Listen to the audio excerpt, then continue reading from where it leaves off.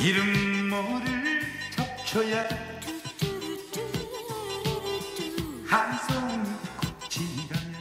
뉴스가 음악을 만났을 때 나훈아의 잡초로 시작했습니다.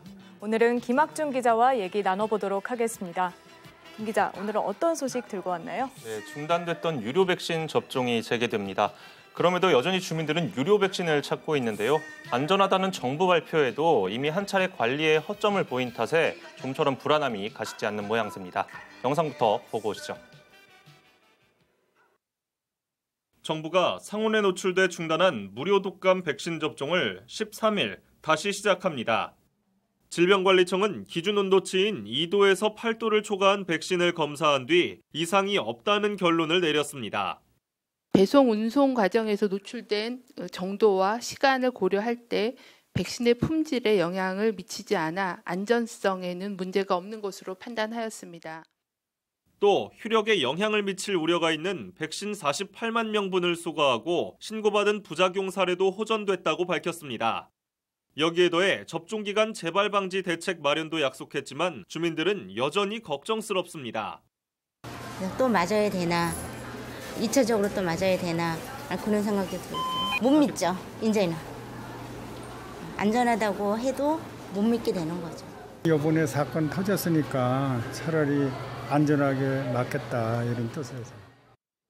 특히 무료 접종 대상에 포함된 어르신과 어린이, 아이를 둔 부모는 더욱 그렇습니다. 여러 자료와 연구 결과에도 현재 처한 상황에 따라 실제 위험보다 심각하게 받아들이는 불안 심리가 작용할 수밖에 없다는 것이 전문가 설명.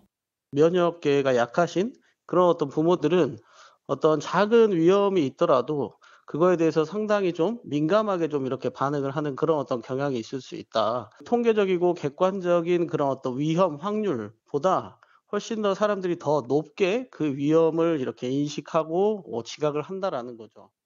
그렇다고 코로나 사태 속에서 독감에 대한 두려움도 무시할 순 없습니다. 의료계는 손 씻기와 마스크 착용만으로도 감염을 막을 수 있다고 전했습니다. 한편 13일부터 재개되는 접종 대상자는 1,200만 명.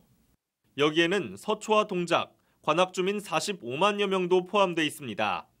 문제가 없다는 방역당국 결론에도 깊게 자리 잡은 불안함은 해소되지 않고 있습니다.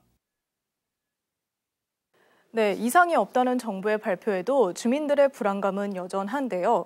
김 기자, 혹시 공식적인 부작용 사례가 있나요? 네, 질병관리청에 따르면 이상 반응을 보인 건수가 모두 3건이었고요. 하지만 모두 호전이 됐고 안전 문제는 없다고 공식적으로 발표했습니다. 하지만 무료 백신 접종 대상자 수치가 계속해서 바뀐다거나 이 백신 유통 과정에서 허술함을 드러낸 점이 결국 우리 주민들의 불안함을 촉발한 1차적인 원인이겠죠. 결국 방역당국의 신뢰 회복이 우선적으로 필요해 보입니다. 네, 하지만 다시 접종 사업이 시작이 되잖아요.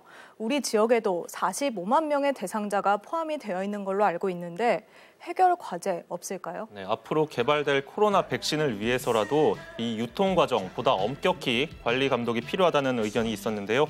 정부는 재발 방지 대책을 세우겠다고 약속했지만 아직 구체적인 안은 나오지 않은 상태입니다.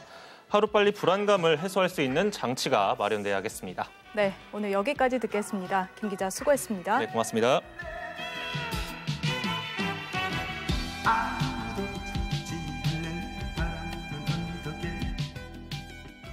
이름